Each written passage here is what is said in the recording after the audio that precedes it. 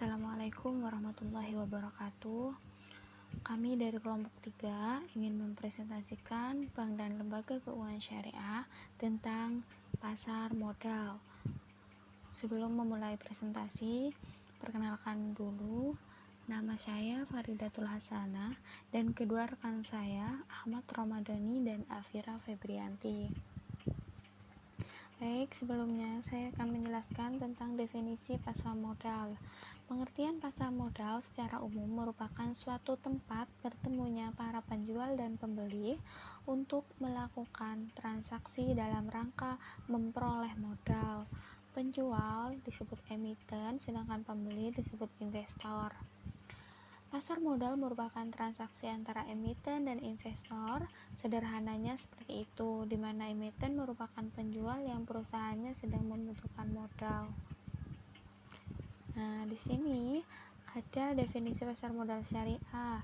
Nah, kalian bisa membedakan antara pasar biasa dengan pasar modal syariah. Pasar modal syariah adalah pasar modal yang dijalankan dengan prinsip-prinsip syariah. Setiap transaksi surat berharga di pasar modal dilaksanakan sesuai dengan ketentuan syariat Islam.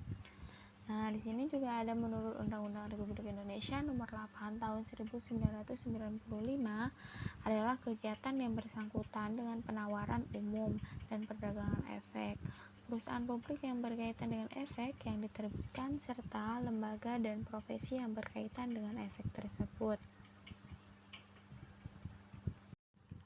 Nah, di sini juga ada konsep dasar pasar modal syariah, yaitu suatu kegiatan yang mengatur hubungan perniagaan menurut kaidah fikih. Hukum asal dari kegiatan muamalah adalah mubah, yaitu boleh, kecuali ada dalil yang jelas melarangnya.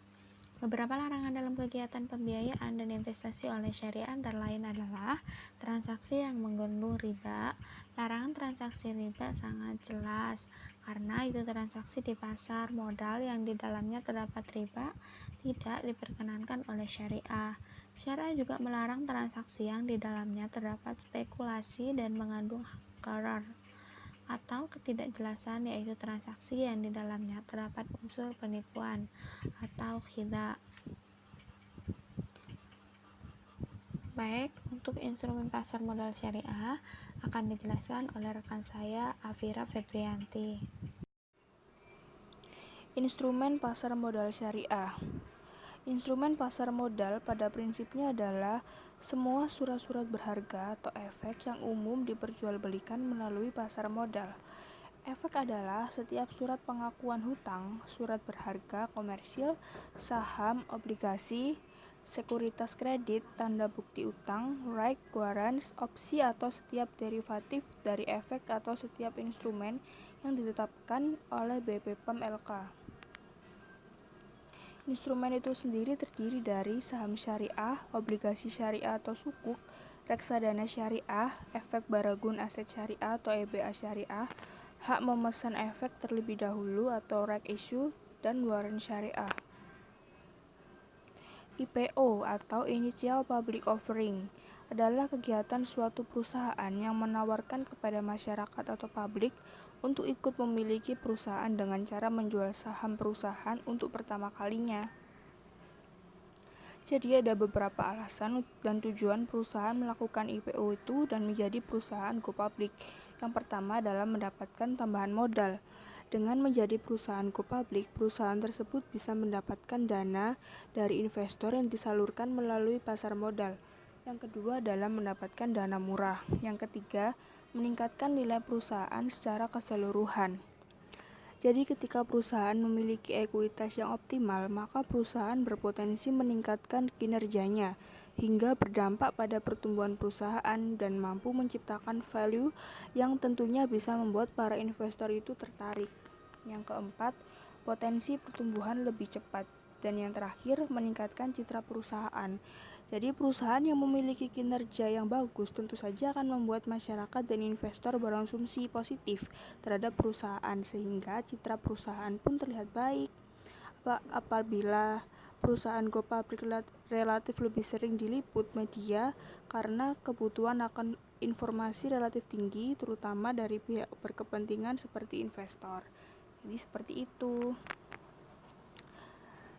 Di sini ada pengertian prospektus. Prospektus adalah dokumen yang diberikan kepada calon investor agar mereka mau membeli efek atau saham dari perusahaan pemilik prospektus. Apa saja yang biasanya termasuk ke dalam prospektus? Yang pertama, besaran saham yang ditawarkan. Yang kedua, nilai nominal dan harga penawaran. Dan yang terakhir adalah bidang usaha. Baik, selanjutnya lembaga penunjang pasar modal. Yang pertama, bursa efek, yaitu pihak yang menyelenggarakan dan menyediakan sistem atau sarana untuk mempertemukan antara penawar dan pembeli dengan tujuan memperdagangkan efek di antara mereka. Yang kedua, Biro Administrasi Efek atau BAE, yaitu pihak yang berdasarkan kontrak dengan emiten melaksanakan pencatatan pemilik efek dan pembagian hak yang berkaitan dengan efek. Yang selanjutnya kustodian, yaitu pihak yang memberikan jasa penitipan efek serta jasa lain, termasuk menerima dividen, bunga, dan hak lainnya.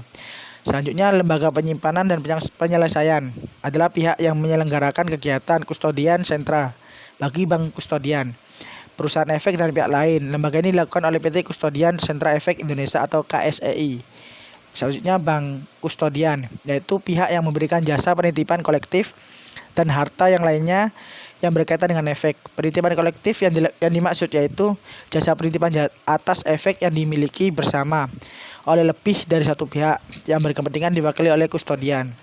Selanjutnya lembaga clearing dan penjamin, yaitu pihak yang menyelenggarakan jasa clearing dan penjamin menyelenggarakan transaksi bursa. Selanjutnya wali amanat, yaitu pihak mewakili kepentingan pemegang efek bersifat utang. Bank umum akan bertindak sebagai wali amanat wajib terlebih dahulu terdaftar di Bapepam untuk mendapatkan surat tanda terdaftar bagi wali amanat. Selanjutnya perusahaan pemeringkat efek adalah pihak yang menerbitkan peringkat-peringkat bagi surat utang seperti obligasi dan commercial paper. Sampai saat ini Bapepam telah memberikan izin usaha kepada 2 perusahaan pemeringkat efek. Oke, selanjutnya perbedaan pasar modal syariah dengan pasar modal konvensional. Perbedaannya secara umum yaitu ada 3 hal, yaitu indeks sahamnya, instrumen yang diperjualbelikan, dan mekanisme transaksi yang terjadi antara pasar modal syariah dengan pasar modal konvensional.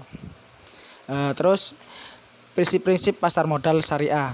Prinsip-prinsipnya yaitu yang pertama, tidak mencari rezeki pada hal yang haram, baik dari segi zatnya maupun cara mendapatkannya, serta tidak menggunakan untuk hal-hal yang haram. Yang kedua, tidak menzalimi dan tidak dizalimi.